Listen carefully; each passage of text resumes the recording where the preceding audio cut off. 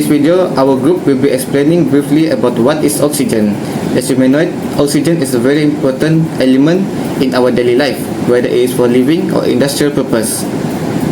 As for my part, I will be explaining about the physical properties and chemical properties of oxygen.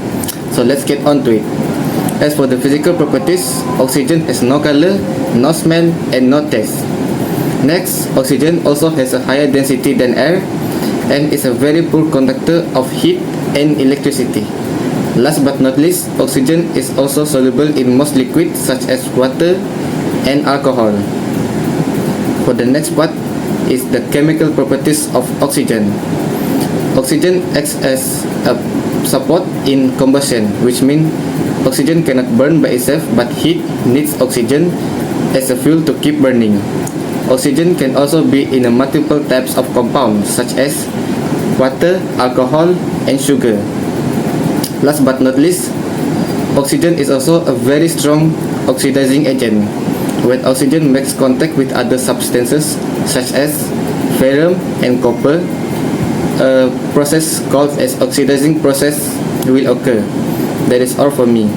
So, let's move on to the next point, which is electronic configuration. Electronic configuration of an atom describes the arrangement of electrons in its atomic orbitals. For oxygen, the atomic number is 8, which means it has 8 electrons. These electrons are distributed among the orbitals in the following way. So, to determine the configuration, first we need to follow the Aufbau principle, which is electron field orbitals starting from the lowest energy levels to the highest. Next is Pauli exclusion principle.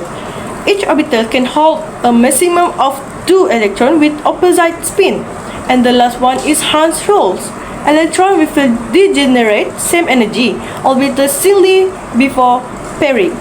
So for electronic configuration of oxygen, the first 2 electrons fill the 1s orbitals, the next 2 electrons fill the 2s orbitals, and the remaining 4 electrons go to the 2p orbitals. According to the Hahn rule, 3p orbitals are filled singly before any pairing occurs. So, the electronic configuration for oxygen will be like this. So, that's all from me. Adeli Maisara binti Ramzul Adeli from AS1161A. Thank you. In this part, I will explain about the chemical bonds of oxygen. There are 3 types of chemical bonds, which are covalent bonds, hydrogen bonds, and ionic bonds.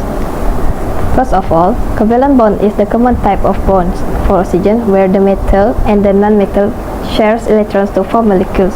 For an example, one carbon atom shares electrons with 2 oxygen atoms to form CO2, which is carbon dioxide. Next is hydrogen bond. Hydrogen bond is the weak type of bond that occurs between hydrogen atom in one molecule and with an electronegativity atom such as oxygen. In this case, a special type of dipole-dipole interaction occurs between the lone pair of oxygen atom and hydrogen atom. Last but not least, oxygen can form ionic bonds with metals. In these bonds, oxygen gains electrons to form an oxide ion O2 negative. As an example, magnesium oxide. Magnesium oxide has 2 valence electrons while oxygen has 6 valence electrons. Oxygen attract 2 valence electrons from magnesium to form Mg2 positive and O2 negative. This will form magnesium oxide. For my part, I'm going to talk about 3 industrial applications of oxygen. The first one is water waste treatment plant. Did you know oxygen keep our water clean? In wastewater treatment plants, oxygen powers microorganisms that break down harmful pollutants, making water safe for reuse and the environment. The second one is food packaging and beverages. Oxygen is also in your food and drinks. Modified atmosphere packaging use it to keep food fresh, while in beverages, oxygen fuel fermentation, giving your beer its perfect taste. The last point is environmental solution. Oxygen fight pollution too. It's used to create ozone for water purification and help clean up contaminated soil, restoring land for future use.